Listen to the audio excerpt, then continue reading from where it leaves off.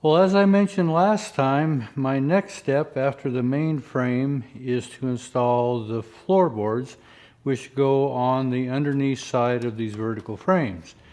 Now, the most difficult part of these floorboards are these curves, both front and rear. And these take a curved piece that is somewhere about 8 inches in length, and it has to fit this curve here. So you would think that would have to be bent, but I'm not going to bend them. And on the front, underneath the driver's box, it has the same style of curve. So if I do an 8-inch board there as well, I would get down into this area here before it goes flat again. So if I were to figure a straight line and lift this up about 3/8 of an inch, an overall board needs to be 1.5 inches at least, maybe 1 5/8. So I'm going to start out with 1 3/4 inch board by this 8 inches in length. And so to get the general curve here, I took a piece of cardboard and I just patterned this off of my framework here. And so if I step this up into place where it needs to be jointed in, this is going to be the OD of my curve, and this should be the ID of my curve. So I need a board that is about this shape. So I have two boards here. This is a piece of poplar, and I'm at almost 11 inches, and I need a board that is about 35.5 inches for this 11 passenger and about 34.5 for the 8 passenger. And if I'm going to make 2 for the 11, I might as well make 2 for the 8 as well while I'm set up. But I only have this one 8/4 poplar. So I have an 8.5 inch wide 8/4 ash. So I'm going to make one out of my poplar, and the other 3 I'll think I make out of ash, simply because that's what I have. But if I were to steam bend these, which I'm not, then poplar would probably be my go-to choice, because that's what I'm going to use for the body panels as well. But this is down in the floorboard. Feet are kind of abusive to it. And it's going to allow me to show you a feature on my saw that I have talked about, but I've never demonstrated.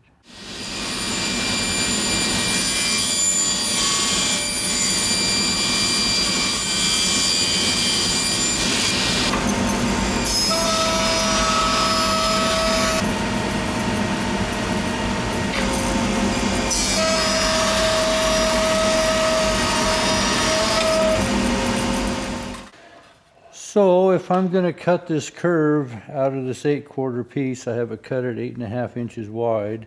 I'm going to run it across my blade at an angle and do kind of a cove cut.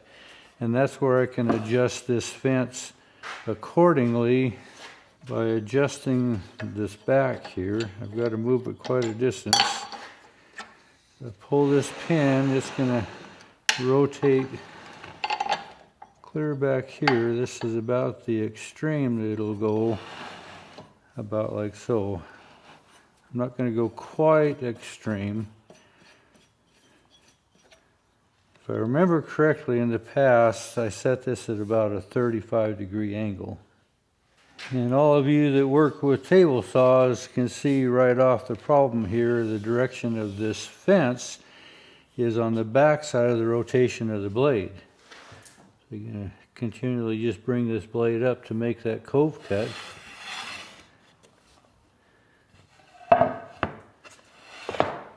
So to have a fence on the correct position or on the correct side, I just clamp a board to my table, and that'll give me a fence on the right side.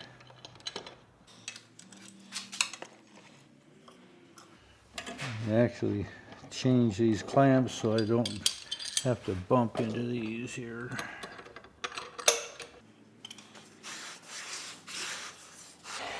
So that gives me a positive fence as I run across that blade. And I'll just make a few passes and then check it against my pattern and see if my arc is correct. When I put a compass on here, I'm ending up with about a 7 1/4 inch radius.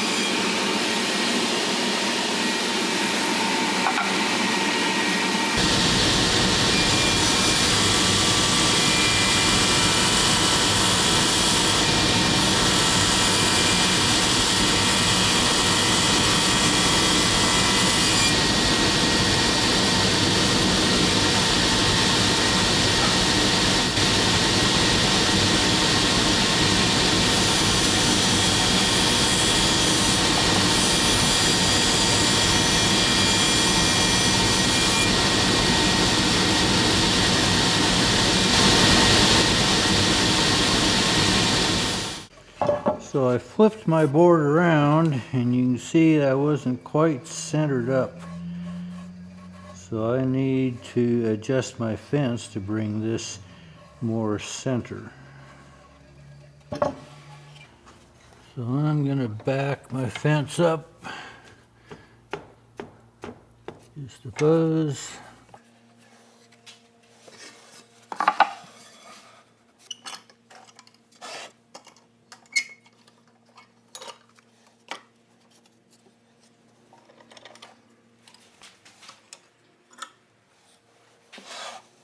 See how that works.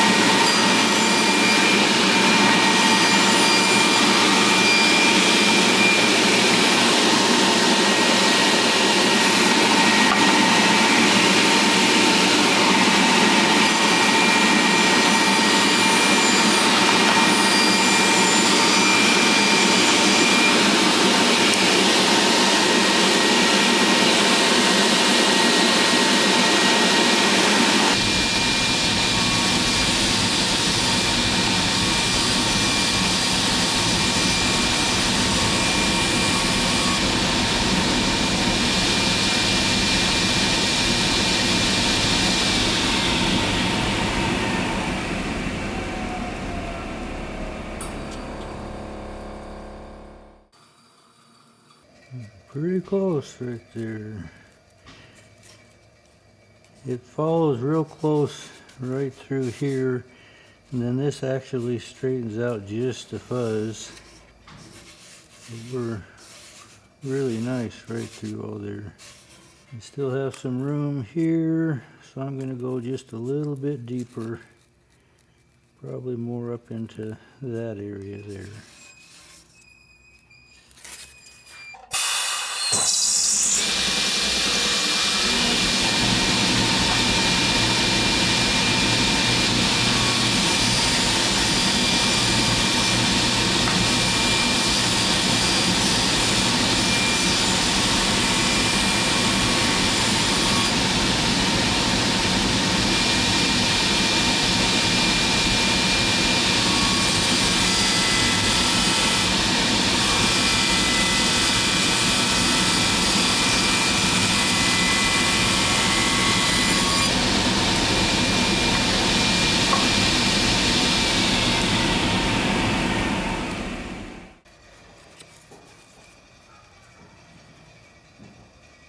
I think we're pretty good right there.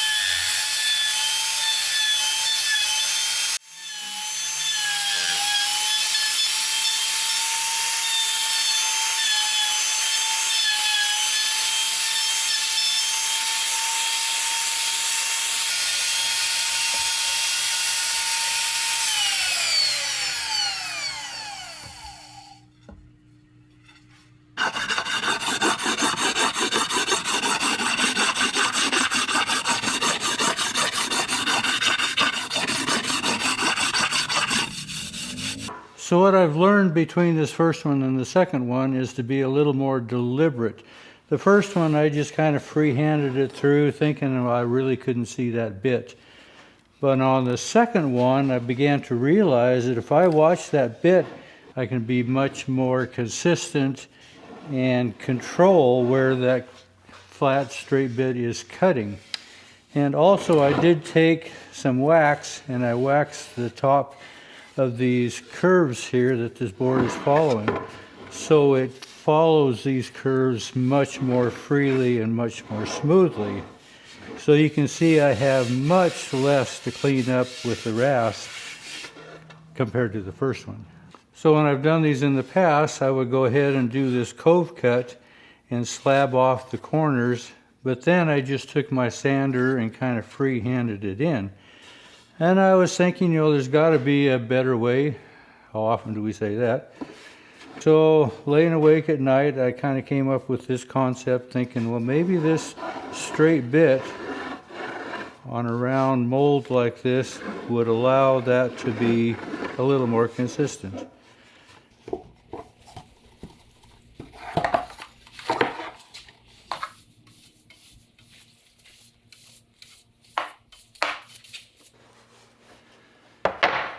So this is usually the only time that I cut cove cuts on this table saw.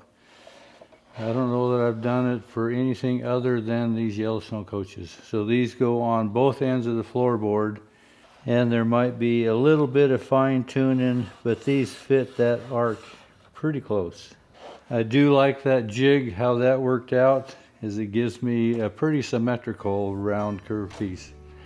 So bent wood without steam bending. Appreciate you coming along. Thanks for watching.